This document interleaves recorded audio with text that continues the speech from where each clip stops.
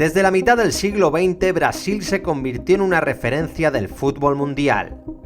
La selección del Jogo Bonito inició una dinastía en la que la canariña ganó 3 de los 4 mundiales disputados desde 1958 hasta 1970, y la verde-amarela continuó generando equipos y jugadores legendarios que marcaron la infancia de todos los aficionados al fútbol.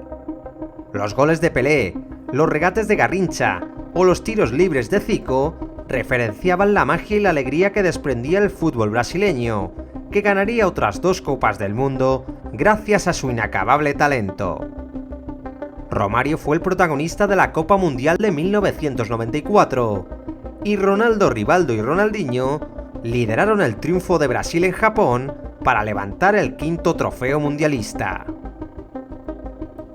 Aquellas selecciones brasileñas daban miedo, y sus 5 Copas del Mundo eran un legado inigualable que evocaba admiración y respeto por parte de todos sus rivales. ¿Pero qué está pasando con Brasil en los últimos tiempos? ¿A qué se debe su crisis de resultados y su falta de identidad? ¿Por qué ya no genera jugadores de talento? Hoy, en Memorias del Fútbol, te respondemos todas estas preguntas y te contamos lo que esconde la crisis del fútbol brasileño.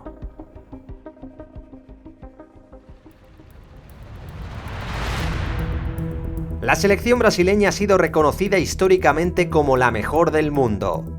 Sus 5 títulos mundiales la colocan como la mejor selección de todos los tiempos, y el talento que generaba el país parecía infinito. De las playas y favelas brasileñas han salido varios de los mejores jugadores de la historia, pero hace más de una década que la canariña ya no infunde respeto. En 2026, Brasil va a cumplir 24 años sin levantar una Copa del Mundo, y los aficionados de la verde-amarela se están acostumbrando a presenciar humillantes derrotas y papelones históricos en las citas importantes. La última goleada sufrida en el Clásico frente a Argentina ha removido los cimientos de una federación que va a la deriva y que ha tenido que despedir a Dorival Jr. como seleccionador. El veterano técnico brasileño tan solo ha conseguido 7 victorias y 16 partidos con la canariña, lo que evidencia la falta de talento del actual equipo brasileño y la poca personalidad de los últimos entrenadores de la selección pentacampeona del mundo. Y es que ni la juventud de Fernando Diniz, ni la veteranía de Tite, ni los retornos de Parreira o Scolari han logrado los resultados esperados. Y es que tras la conquista del Mundial 2002, Brasil experimentó un declive progresivo que parecía impensable. Es cierto que la Seleção ganó la Copa América de 2004 y 2007, o la Copa Confederaciones de 2013, pero desde entonces sus actuaciones en las Copas del Mundo han dejado mucho que desear. En Alemania 2006, el cuadro dirigido por Parreira tenía posiblemente el mejor equipo desde los tiempos de Pelé, pero la poca disciplina de las estrellas de aquel grupo acabó provocando una sorprendente eliminación ante la Francia de Zidane en cuartos de final. 4 años más tarde, la canariña acudió a Sudáfrica como favorita, pero volvió a caer en cuartos ante la selección de los Países Bajos de Robben Sneijder. La cita de 2014 estaba marcado en rojo. Brasil era el anfitrión de la Copa Mundial tras 64 años de espera, y aunque llegó a semifinales, protagonizó la actuación más vergonzosa al caer por 1-7 con una selección alemana que acabaría proclamándose campeona del mundo. Aquella noche del Mineirazo, Brasil se dio cuenta de que ya no infundía el miedo de los mundiales anteriores, donde acumulaba estrellas y desplegaba un fútbol atractivo.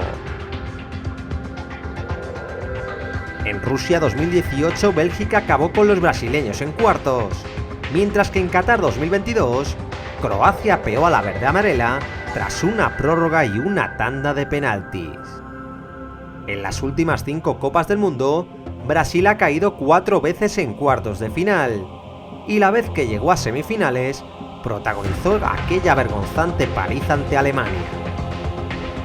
El resto de competiciones se han saldado con continuos fracasos y derrotas dolorosas, que han obligado a que el fútbol brasileño haga una profunda reflexión de las causas que le han llevado a esta crisis de títulos e identidad.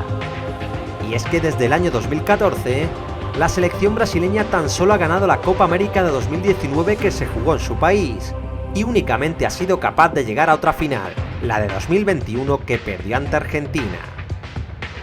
Pero ¿qué ha cambiado desde 2002 para que la selección brasileña no sea la de antes?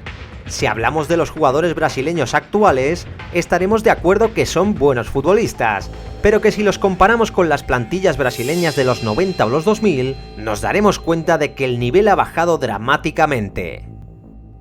Rodrigo y Rafinha están años luz de los Kaká, Ronaldinho y Rivaldo, y Vinicius todavía tiene mucho que reivindicar como estrella de un equipo brasileño que antes presumía de delanteros como Ronaldo, Romario o el emperador Adriano.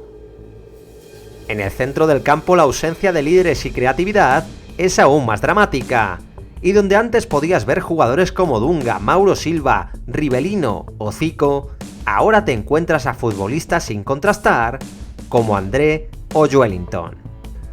Además, el juego de Brasil siempre se ha caracterizado por el juego ofensivo de sus laterales, pero desde hace años el fútbol brasileño ha dejado de producir jugadores que marquen diferencias desde la defensa. Y es que con todos los respetos, Brasil ha pasado a tener laterales como Cafú, Dani Alves, Marcelo o Roberto Carlos, a contar con futbolistas como Wesley o Arana, que ni tan siquiera juegan en Europa. Y es que Brasil siempre se ha caracterizado por tener futbolistas de mucha calidad, que casi siempre estaban considerados como unos malabaristas y que solían regatear más que ningún otro futbolista de otra nación. Ahora nos encontramos con jugadores muy estándar, que lejos de sobresalir, se limitan a cumplir con su función y no emocionan a nadie.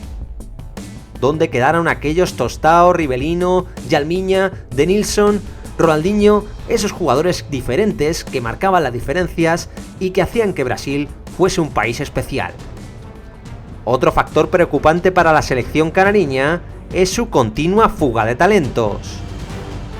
Estevao o Endrick son las últimas perlas del fútbol brasileño, pero su rendimiento con la absoluta dependerá de cómo y dónde jueguen en los próximos años en sus aventuras en el fútbol europeo.